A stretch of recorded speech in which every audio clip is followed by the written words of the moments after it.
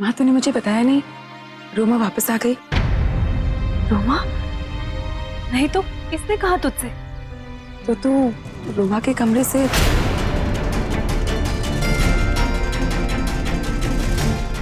माँ सब ठीक है ना? तू कुछ मुझसे छिपा तो नहीं रही है ना? अब वो तू जानती है ना मधु, यहाँ पे कितनी धूल जम जाती है, इसलिए मैं साफ सफाई कर रही थी, नहीं तो रोमा आके मुझे डांटने लगेगी। माँ तो सीधा जवाब देना, इतना टाइम क्यों लगाती है? तू ही तो मुझे डांटती रहती है कि माँ तो कितना काम करती है, इसलिए मैंने तुझसे नहीं कहा। चल ऊपर चलते हैं। माँ वो आज सुबह तो मैंने तुझे फोन कर दिया कल लंच के लिए, पर अब यहाँ आकर कुछ अजीब सा। नहीं मधु, ये तू कैसी बातें कर रही है? पागल हो गई है क्या? तूने यहाँ आकर बहुत अच्छा किया। चल आज चल।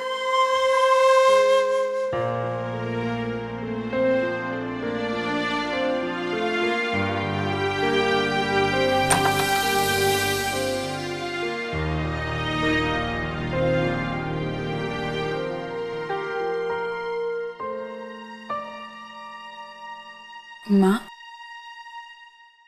मालिक और दीदू का है।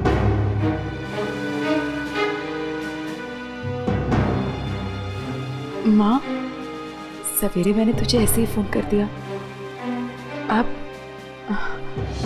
कुछ अजीब लग रहा है। मैं एक काम करती हूँ, मैं वापस ही चले जा। ये तू क्या पागलपन वाली बातें कर रही है? आरके को लंच पर बुला है ना, चल मेरी मदद कर।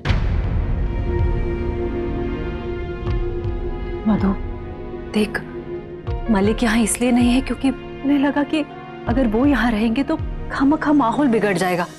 और दीदू? हर बात में उल्टा सोचना जरूरी है क्या? वो तेरी वजह से नहीं, किसी जरूरी काम से बाहर गई है, देर से आएगी। माँ दीदू और मेरी गलतफहमियों की वजह से हमारे बीच कितनी दूरी आ गई है ना। पर मैं दीदू को बहुत मिस करती हूँ, मैं उनसे बहुत प्यार करती हूँ। और देखना माँ, मैं उन्हें बहुत जल्द मना लूंगी और सब कुछ ठीक हो जाएगा, है ना माँ? वो पहले वाली लड़ाइयाँ ही ठीक थी। डांट टूटने में दिल टूटने से कम दर्द होता है ना। भगवान करे ऐसा ही हो। मधु तू बात की बात बाद में सोचना, फिलहाल मुझे ये बता, हे भगवान, आरके द सुपरस्टार हमारे इस गरीब चौल में लंच के लिए आ रहा है। क्या बनाऊं उसके लिए? चाइनीज, इटालियन, ये सब बनाना मुझे नहीं आता है। इंडियन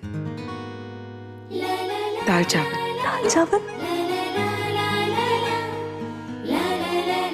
वैसे एक बात बता, अचानक से लंच के बारे में क्यों सोचा? कोई खास वजह? नहीं माँ,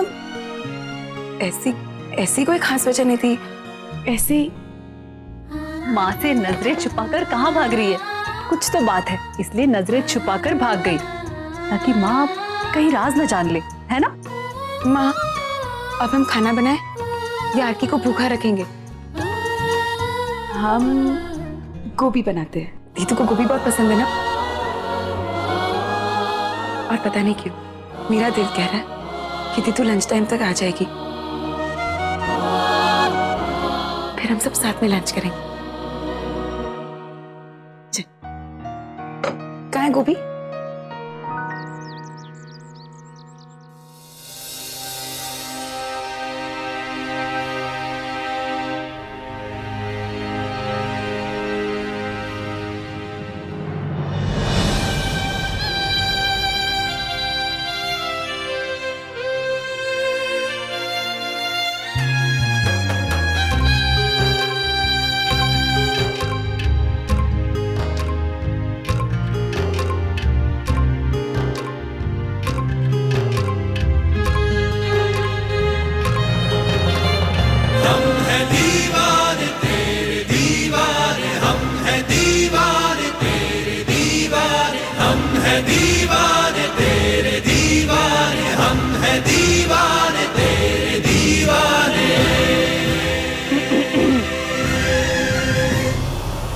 मधु,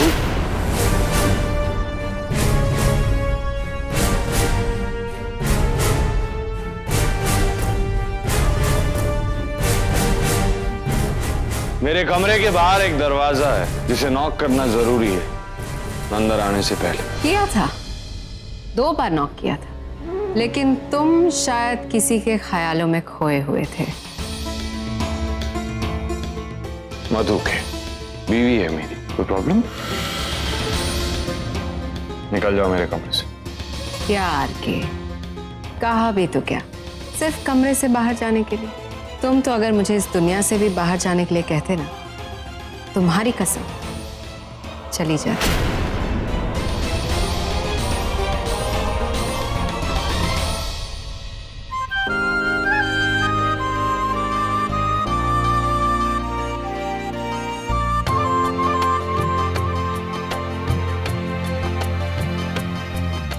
अरे आराम से मधु, सब्र कर, आर के आता ही होगा। हाँ माँ, आते ही होंगे।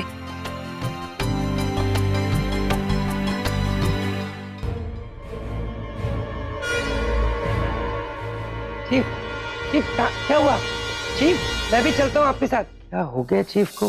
चीफ, बिट्टू जी, जाने दीजिए उसे। प्रोड्यूसर की मीटिंग आप संभाल लीजिए, क्योंकि मीटिंग से कई ज्यादा जरूरी जगह जाना है उसे। कहाँ? मधु के घर पे खाने पे जा रहा है। क्या बात कर रही हैं आप? ये तो बहुत अच्छी खबर सुनाई आंटी जी।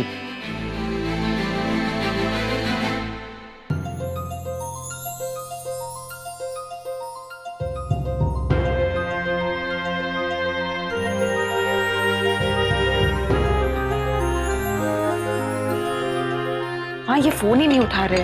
हो सकता है शूटिंग में हो, शॉट के बीच में होगा तो कैसे फोन उठाएगा?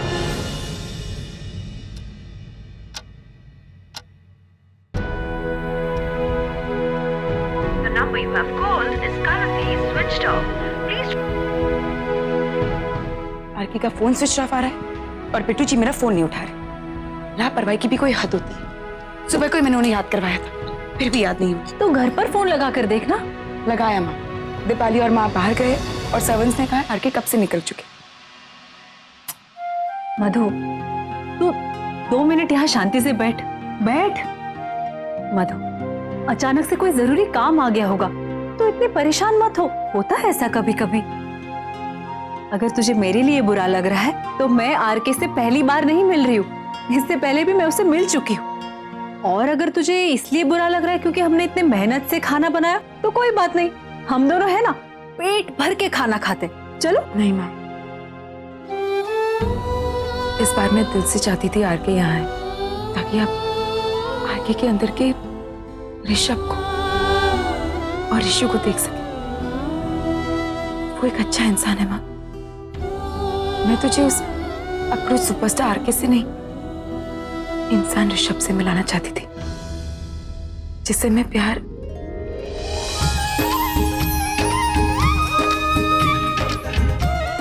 मधु, उस खड़ूस आरके या ऋषभ से नहीं, मेरी ऋषु से बहुत पहले मुलाकात हो चुकी है। और तू बात को इस तरह आधा अधूरा मत छोड़, समझी? मधु, तुझसे पहले मैं जान गई थी कि तुझे ऋषु से प्यार हो गया है। सिर्फ इतना ही नहीं, ये बात भी मैं बहुत पहले जान चुकी हूं कि वो भी तुझे चाहने लगा है।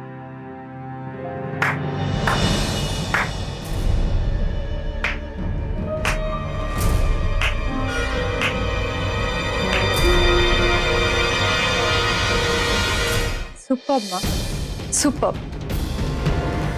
और कितना बहलाओगे इसे? बचपन में तुम इसे मीठी गोलियां देकर बहलाया करती थी ना,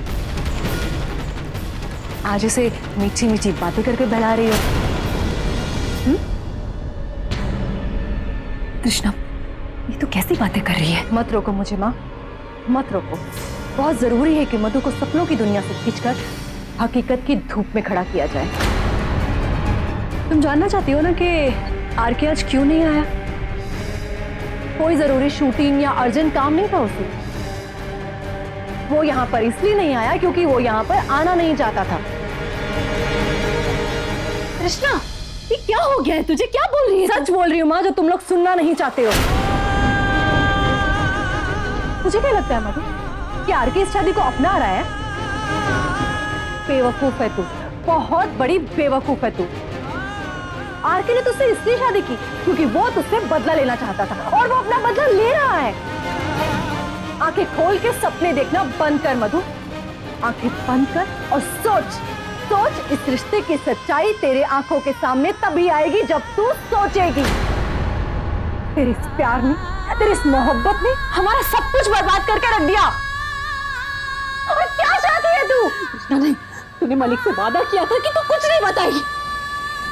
यहाँ पर तू आरके के साथ परफेक्ट गृहस्थी, परफेक्ट जिंदगी के सपने देख रही है, और यहाँ पर क्योंकि तूने मालिक को माफ नहीं किया, माँ मुझे और मालिक को छोड़कर रोमा के यहाँ पे रहती है। माँ,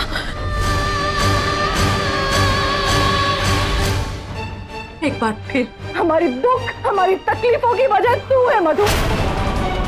तूने हमारा सब कुछ बर्बाद कर दिया मधु, मेरे घर, मेरे परिवार, मेरे माँ बाप, मेरे सबको। कैसे इतनी खुदगर्ज हो सकती है तू? इस घर के सारे एहसान भी भूल गई तू। तूने इस घर की सारी खुशियां छीनी है, उसके बावजूद भी तुझमें इतनी हिम्मत है कि तू उस घर में वापस आ गई, ये सोचकर कि तू नई जिंदगी बसाएगी। हाँ मधु, तूने हमारी खुशियां छीनी है। याद रखना, मैं तुझे दिल से बद्दुआ देती हूँ कि कभी खुश नहीं रहेगी तू, ना अपने प्यार में, ना अपनी शादी में, ना आरके के साथ।